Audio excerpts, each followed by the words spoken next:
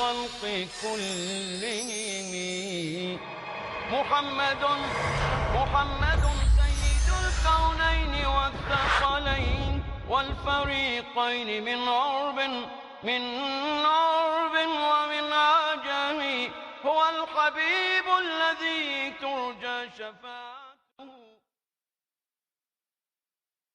السلام علیکم ورحمۃ اللہ وبرکاتہ. وعلیکم السلام ورحمۃ اللہ وبرکاتہ. الحمد للہ رب العالمین والصلاة والسلام علی رسولہ الکریم وعلی آلہ وصحبہ اجمعین ومن تبعہ بإحسان الی یوم الدین، اما بعد. محترم بھائیوں اور بہنوں، حدیث کی مشہور کتاب بلوغ المرام کی ترتیب کے اعتبار سے ہم اس کا مطالعہ کر رہے ہیں ترتیب کے ساتھ، تاکہ اس میں جو احکام اور مسائل بیان کیے گئے، زندگی میں پیش آنے والی بہت ساری باتیں، اس کا سنت اور حدیث کی روشنی میں جو حل پیش کیا گیا، اس کا ہم ترتیب سے جائزہ لے رہے ہیں. تو اسی سلسلے کو ہم آگے بڑھا رہے ہیں.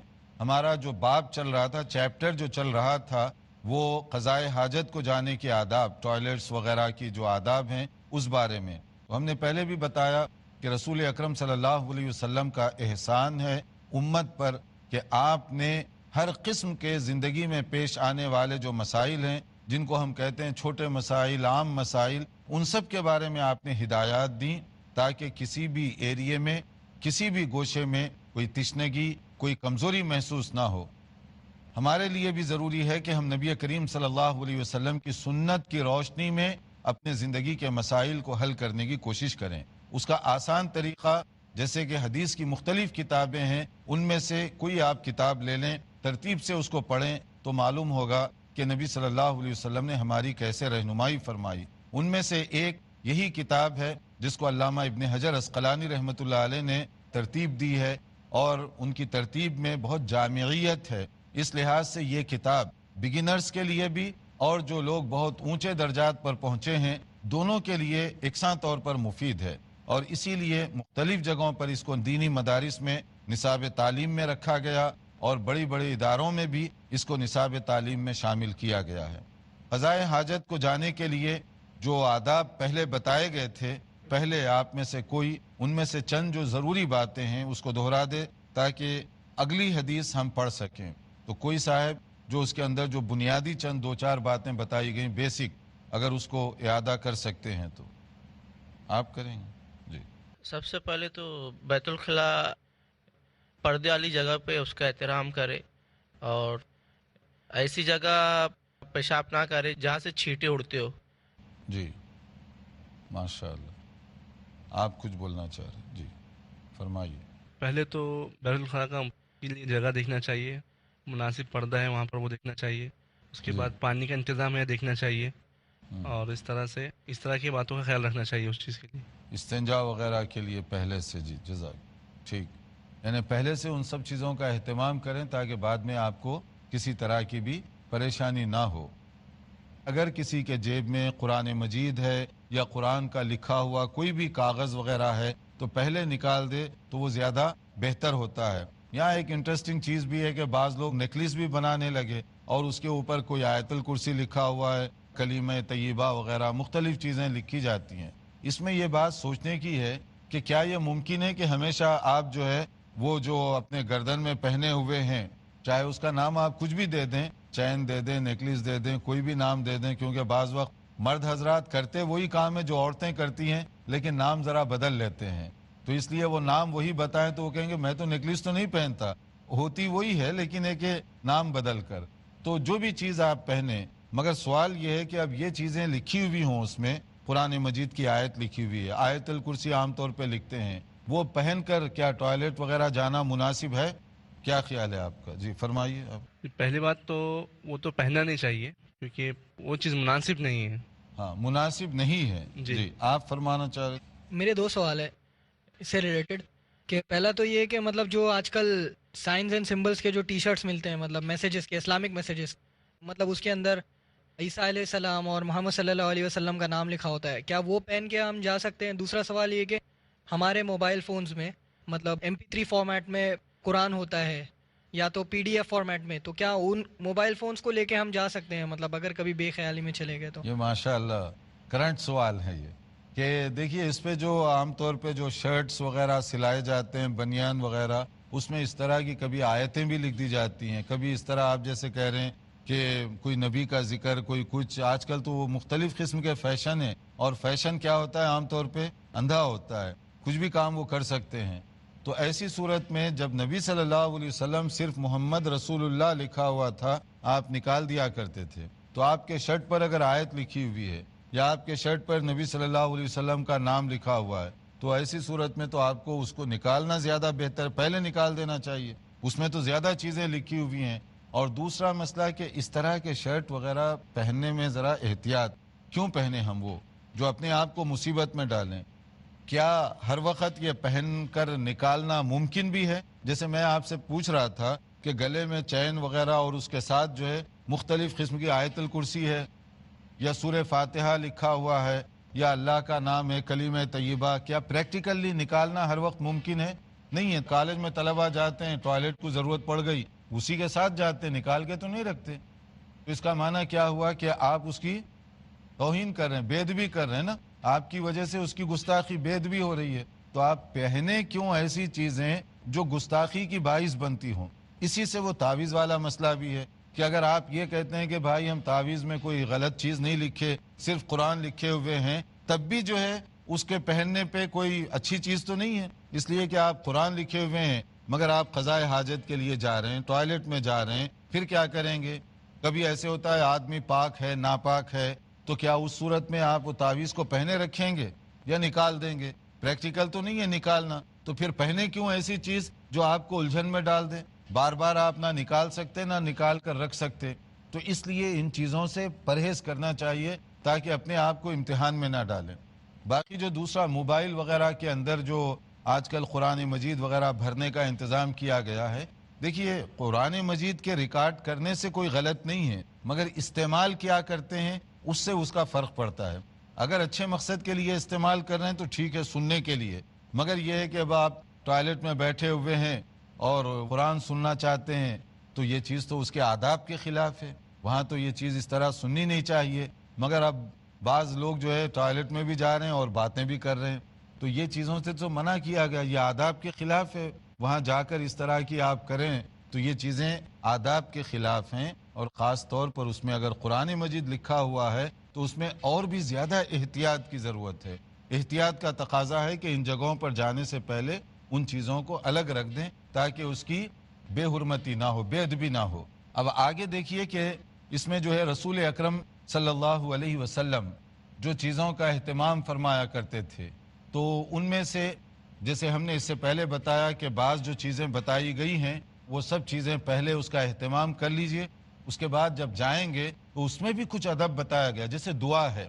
جیسے حدیث کے اندر بتایا گیا کان النبی صلی اللہ علیہ وسلم اذا دخل الخلاء، جب آپ قضائے حاجت کے لیے تشریف لے جاتے تو آپ کا معمول کیا تھا؟ دعا پڑھتے تھے. کیا دعا تھی؟ قال اللہم انی اعوذ بک من الخبث والخبائث، کہ مختلف قسم کی بری چیزوں سے آپ بچنے کے لیے اللہ تعالیٰ کی مدد طلب کیا کرتے تھے. اعوذ بکا کا مطلب ہوتا ہے کہ یا اللہ میں تیری ہیلپ، تیری مدد مانگتا ہوں، تیری پناہ چاہتا ہوں. یعنی تیری مدد، سپورٹ کس چیز کے لیے؟ ان برائیوں سے بچنے کے لیے. کیونکہ اللہ تعالیٰ کی مدد کے بغیر ہم کسی کی برائی سے بچنا چاہیں تو بہت مشکل ہے. شیطان کا وار تو مختلف طرح سے ہوتا ہے، تو اس سے بچنے کے لیے. تو یہاں پر جو دعا بتائی گئی، چونکہ عام طور پہ یہ بہت اہم ہے اور ہم لوگ سرسری پڑھتے ہیں، اس کے معنی پہ غور نہیں کرتے. خبث اور خبث دونوں اس کو پڑھ سکتے ہیں آپ.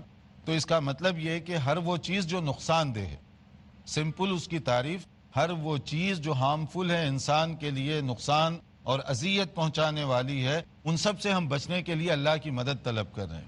اس میں شیطان اور جن بھی ہیں، اس کے اندر مختلف نقصان پہنچانے والے کیڑے مکوڑے یا اس طرح کی وہ چیزیں بھی شامل ہیں. کیونکہ ہر چیز سے ہمیں نقصان ہو سکتا ہے. وہ جو کیڑے مکوڑے اس طرح کی ہے، اس سے بھی ہم مدد مانگ رہے ہیں اللہ تعالیٰ کی. اور جو دوسری چیز ہے جس کو ہم دیکھتے نہیں ہیں مگر ان کا وار بڑا خطرناک ہوتا ہے، اور شیطان زیادہ تر ایسے ہی جگہوں سے حملہ آور ہوتا ہے، وہاں جا کر ہی جو ہے شیطان کو زیادہ موقع ملتا ہے. تو اس لیے ہمیں یہ دعا پڑھنی چاہیے. اور جب بیت الخلاء سے فارغ ہو کر باہر نکلیں تو اس وقت بھی دعا ہمیں بتائی گئی. جو آسان دعا ہے وہ غفرانک ہے، جو سمپل اور آسان دعا ہے کہ یا اللہ میں تیری مغفرت طلب کرتا ہوں. یعنی جاتے وقت بھی اللہ کو یاد کر رہے ہیں، واپس آنے کے بعد بھی ہم اللہ تعالیٰ کو یاد کر رہے ہیں. اس کے علاوہ اور بھی دعائیں ہیں، لیکن یہ مختصر اور شارٹ دعا ہے جو مختلف بھائی اور بہنیں جو اس پروگرام کو دیکھ رہے ہیں وہ گھر میں بھی اس کو یاد کر سکتے ہیں، بچوں کو بھی وہ سکھا سکتے ہیں. اور لوگوں کے سامنے بیٹھنے کے حوالے سے ہم نے آپ کو بتایا کہ اس سے سخت منع کیا گیا ہے، حتیٰ کہ خود نبی صلی اللہ علیہ وسلم کے بارے میں کہ فَانْطَلَقَ حَتَّى تَوَارَى عَنِّي فَقَضَى حَاجَتَهُ، اتنی دور آپ تشریف لے جاتے تھے کہ وہاں تک قرب و جوار میں کوئی آدمی نہیں دکھائی دیتا تھا. یہ نبی صلی اللہ علیہ وسلم کا معمول تھا. تو اس کا مطلب ہے کہ پردہ، حیا، شرم، ان چیزوں کا خاص طور پر خیال رکھنا چاہیے. پھر آپ نے فرمایا کہ وہ ایسی جگہوں سے پرہیز کرو جہاں دوسروں کو اذیت پہنچے.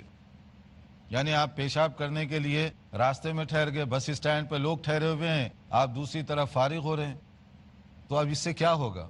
اس طرح آپ حرکت کریں گے تو بس اسٹینڈ پہ جتنے ٹھہرے ہیں سب گالی دیں گے آپ.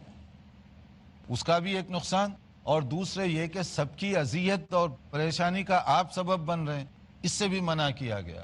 اس لیے ایسی جگہوں پر راستوں میں اس سے منع کیا گیا کہ دوسروں کو تکلیف ہونے والی جگہوں سے آپ بچو. تو باقی اور بھی کچھ آداب ہیں. ہم ایک مختصر سا وقفہ لیں گے، بریک کے بعد حاضر ہوں گے. دیکھتے رہیے پروگرام. محمد سید الکونین والثقلین. وقفے کے بعد دوبارہ آپ کی خدمت میں حاضر ہیں. وقفے سے پہلے ہم بیت الخلاء اور قضاء حاجت وغیرہ کے جو آداب ہیں حدیث اور سنت میں اس کا تذکرہ کر رہے تھے. اس میں سے بعض چیزوں کا ذکر ہو چکا ہے، اور بعض چیزیں جس کا ہم ذکر کر رہے تھے کہ ایسی جگہوں سے پرہیز کریں جس سے لوگوں کو تکلیف پہنچے. لوگوں کی تکلیف کا خیال رکھیں، ان کے جذبات کا خیال رکھیں. اس سے بھی آپ اندازہ کر سکتے ہیں اسلام کتنا خوبصورت دین ہے. یعنی قضاء حاجت کے مسئلے میں، پیشاب کے مسئلے میں بھی ہمیں ہدایت دی جا رہی ہے کہ لوگوں کے جذبات کو، ان کی فیلنگ کو ٹھیس مت پہنچاؤ. اس بات کا خیال رکھنا چاہیے. اس لیے منع کیا گیا کہ ایسی جگہوں سے اتقوا اللاعنین، اس کو تو کہا گیا لعنت بھیجنے جانے والی جگہوں سے بچو. لعنت کہاں سے؟ مطلب جیسے آپ لوگوں کے راستے میں پیشاب کریں گے تو وہاں سے گزرنے والے دعا دیں گے یا لعنت بھیجیں گے؟ دعا تو نہیں دے گا نا کہ کسی نے جو پیشاب کیا بہت اچھا کام کیا یہاں پر، یہ تو نہیں ہوگا. سب لعنت بھیجیں گے.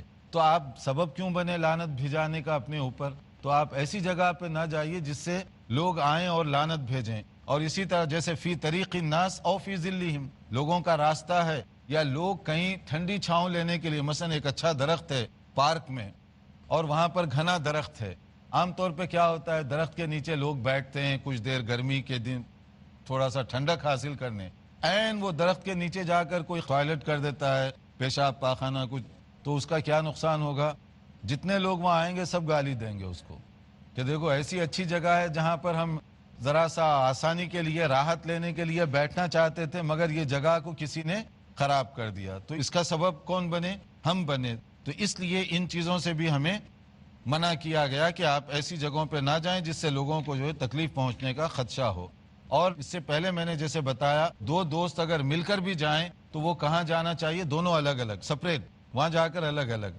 تو اس کے بعد پھر کیا ہے کہ دونوں کی بات چیت بھی وہاں پر رک جانی چاہیے. فَلْيَتَوَارَ كُلُّ وَاحِدٍ مِّنْهُمَا عَنْ صَاحِبِهِ وَلَا يَتَحَدَّثَا، کہ کہا گیا کہ وہ چھپ جائیں، بات چیت بند کر دیں درمیان میں. فَإِنَّ اللَّهَ يَمْقُتُ عَلَى ذَلِكَ، کیونکہ اللہ ناراض ہوتا ہے ایسی حرکتوں سے، بے حیائی کی، بے شرمی کی حرکتوں سے اللہ تعالیٰ جو ہے ناراض ہوتا ہے. تو ان چیزوں سے آپ پرہیز کریں. ایک اور ادب اس میں بتایا گیا کہ قبلہ رخ ہو کر پیشاب پیخانہ نہ کریں آپ، کیونکہ یہ بے ادبی ہے اس کی، اس سے بچیں.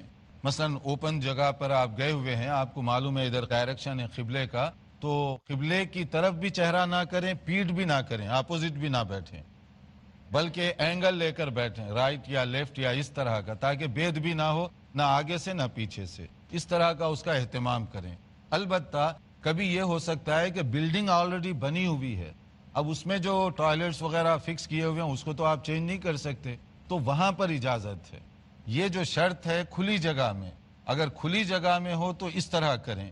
اور ٹوائلٹ وغیرہ بنے ہوئے ہیں تو اس میں اگر آپ بیٹھیں گے تو اس میں کوئی حرج نہیں ہے. لیکن آپ خود کنسٹرکشن کروا رہے ہیں، بلڈنگ بنوا رہے ہیں، تو پھر اس میں بھی اس بات کا خیال رکھیں تاکہ جو ہے نا اس کی اور بھی زیادہ ادب وغیرہ باقی رہ سکے. کیونکہ لقد نہانا رسول اللہ صلی اللہ علیہ وسلم ان نستقبل القبلہ بغائط او بول او ان نستنجی بالیمین او ان نستنجی باقل من 3 احجار او ان نستنجی برجیع او عزم. صحیح مسلم کی یہ حدیث ہے. نبی کریم صلی اللہ علیہ وسلم نے جن چیزوں سے منع فرمایا ان میں سے ایک یہ ہے کہ آپ قبلہ رخ نہ ہوں، اس سے منع کیا گیا. دوسرا اس میں مسئلہ یہ بتایا گیا ہے کہ آپ رائٹ ہینڈ استعمال نہ کریں استنجا وغیرہ کے لیے، لیفٹ ہینڈ کا کام کریں. اور تیسری چیز، اگر ڈھیلا وغیرہ استعمال کریں تو کم سے کم 3 ہو، زیادہ ہو سکتے ہیں لیکن کم سے کم 3 ہو تاکہ زیادہ اطمینان ہو. اور اسی طرح سے منع کیا گیا کہ استنجا کرنے کے لیے ایسی چیز استعمال نہ کریں جو کہ بجائے خود نقصان دہ ہو یا گندی ہو یا نجس ہو. جیسے اگر آدمی سوکھا خشک گوبر لے کر استعمال کرے تو یہاں منع کیا گیا. اسی طرح سے ہڈیوں سے منع کیا گیا، اس کے مختلف اسباب ہیں، ان سے بھی منع کیا گیا کہ یہ کام جو ہے اس طرح سے آپ نہ کیا کریں. اور جب ٹوائلٹ سے فارغ ہو جائیں تو پھر کیا کرنا چاہیے؟ جیسے کہا گیا کان اذا خرج من الغائط قال غفرانک، کہ نبی کریم صلی اللہ علیہ وسلم سے جو مختلف دعائیں ثابت ہیں ان میں سے ایک دعا یہ ہے کہ نبی کریم صلی اللہ علیہ وسلم یہ دعا پڑھتے تھے غفرانک. تو جاتے وقت کی دعا سب کو یاد ہے انشاءاللہ. اندر داخل ہوتے وقت کیا دعا پڑھی جائے گی؟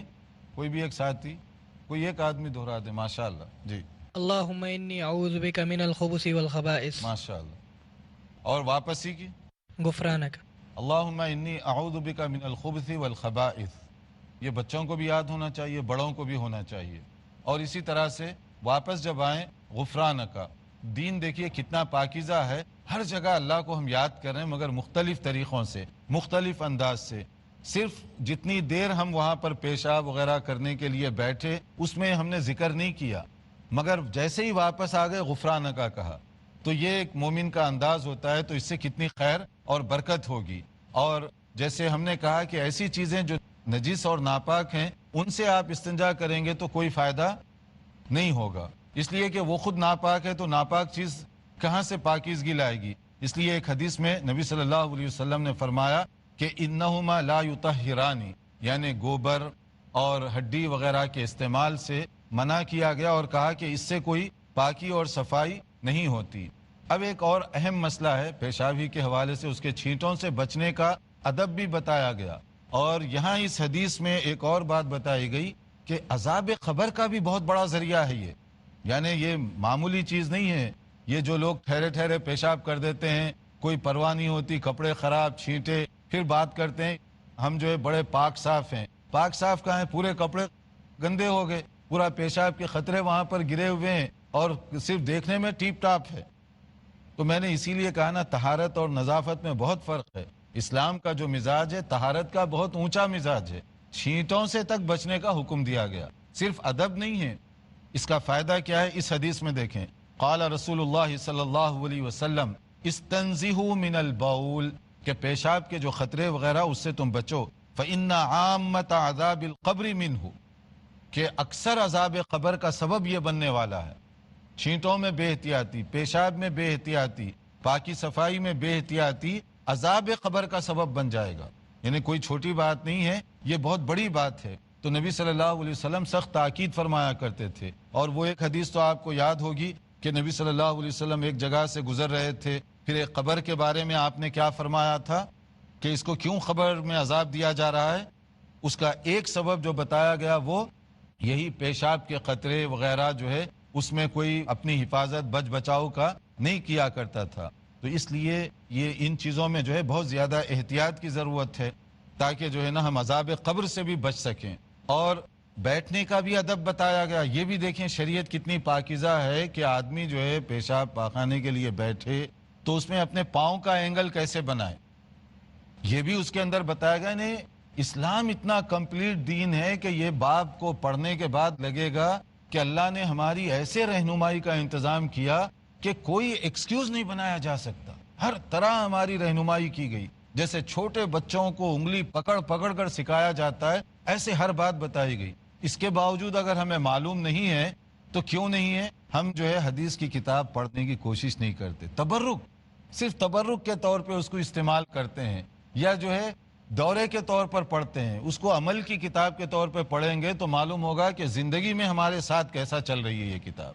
اب اس میں دیکھیے آپ کے بارے میں جو بات فرمائی گئی ہے کہ علمنا رسول اللہ صلی اللہ علیہ وسلم فی الخلا، صحابہ کرام کہتے ہیں بیت الخلاء میں بیٹھنے کا اینگل اور اس کا طریقہ یہ بتایا گیا کہ ان نقعد علی الیسری وننصب الیمنی، کہ ایسے بیٹھیں کہ جس کی وجہ سے لیفٹ پاؤں تھوڑا سا اونچا رہے، تھوڑا سا، کہ یا اس پہ آپ کا وزن ہو، اور رائٹ کا جو دایاں جو پاؤں ہے تھوڑا سا اونچا رہنے، لیفٹ کی طرف آپ کا جھکاؤ ہو۔ لیفٹ کی طرف جھکاؤ ہونے کی حکمت کیا ہے؟ لیفٹ کی طرف جھکاؤ ہونے کی حکمت حکیم اور ڈاکٹر یہ بتاتے ہیں کہ اس کی وجہ سے جو ہے آدمی جلدی اور اطمینان کے ساتھ فارغ ہو سکتا ہے۔ یعنی نبی صلی اللہ علیہ وسلم کے ہر فرمان میں کوئی نہ کوئی حکمت ہے، کوئی نہ کوئی مصلحت ہے۔ ہر جگہ آپ دیکھیں گے کہ کتنی جو ہے مصلحت اور حکمت سامنے آ رہی ہے۔ تو یہاں پر اور بھی کچھ باتیں ہیں، لیکن ہمارا چونکہ وقت ہونے والا ہے تو ہم یہاں پر رکتے ہیں تاکہ آپ اگر کوئی سوال کرنا چاہیں تو پوچھ لیجیے۔ جی، اللہ تعالیٰ نے محمد صلی اللہ علیہ وسلم کو جو چیزیں ریویل کیا ہمارے پاس وہ قرآن کی شکل میں ہے، تو حدیث جو مطلب نبی صلی اللہ علیہ وسلم جو ہمیں بتاتے ہیں، تو کیا وہ مطلب اپنی سمجھ سے انہوں نے مطلب انٹرپریٹ کیا، وہ ویسے بتاتے ہیں، یا پھر وہ بھی اللہ تعالیٰ نے ریویل کیا ہے؟